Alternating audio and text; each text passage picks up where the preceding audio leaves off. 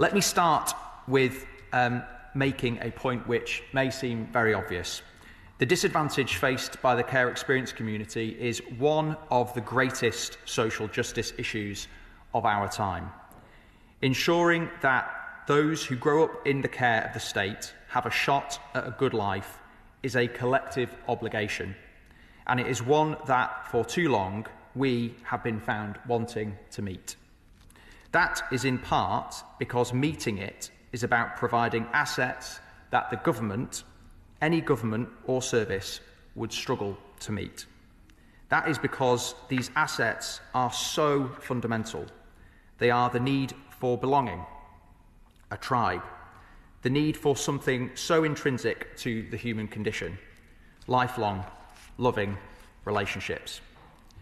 That is why at the start of this first ever Care Leaver Month, I want to say plainly, as the Minister for Children and Families, that the creation and sustenance of these relationships must become the obsession of the care and leaving care systems in England.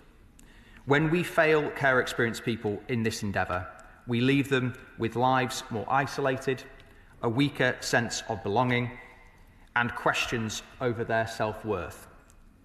The tragic consequence for some is a life cut short. Suicide and early death is tragically a part of the care experience for too many. And to start to solve a problem, you have to first confront it.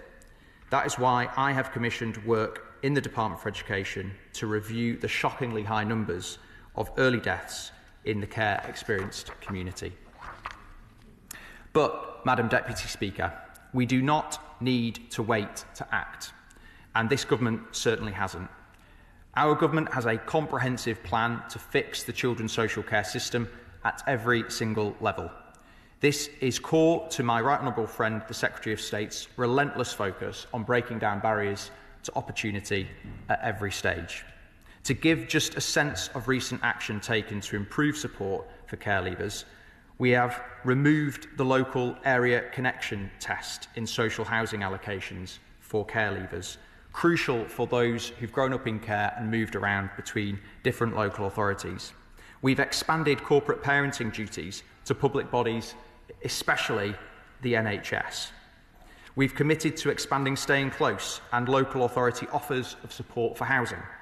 We've disapplied the intentional homeless test for eligible care leavers, meaning that care leavers should no longer have to declare themselves homeless to their corporate parent in order to receive housing support. Very recently, the Secretary of State for Education automatically made care leavers able to get the highest level of maintenance support at university. And overall, we have doubled down on the Families First programme that will see many, many more families stay successfully together, avoiding the need for the care system, including through much greater support for kinship care.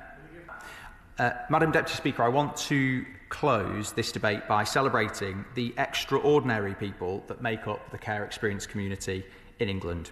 When I meet people who have grown up in care, I always sense this remarkable determination and special perspective they have on humanity and relationships. It's often called by others a superpower, and we should do as much as we can as a country to tap into the incredible talents of this community. Talent like Tony Simpson, partner at Oliver Wyman, Mira Mistry, Director of Strategy at an NHS Trust, Alan Jenkins, the award-winning former editor of the Observer Food Monthly, Ivor Frank, a barrister at Church Court Chambers, Jack Holton, a baritone opera singer, Lem Sissay, author, poet, and former Chancellor of Manchester University, Samantha Morton, Oscar-nominated, BAFTA-winning actress, Chris Akabusi, Fatima Whitbread, the noble Baroness Lola Young, the noble Baroness Fluella Benjamin, or AJ, a young care experience person from Coventry who I had the pleasure to meet a few weeks ago, just embarking on his first few months of adulthood with the support of his grandfather that the care system managed to find and reconnect him with, who has a bright, bright future ahead of him. Let me close with the words of Richard Henry Tawney. What a wise parent would wish for their children, so the state must wish for all its children. That is the spirit in which we should change the care system. In that spirit, I thank my honourable friend for securing this important debate at this time. We must all get to work for those in and leaving care.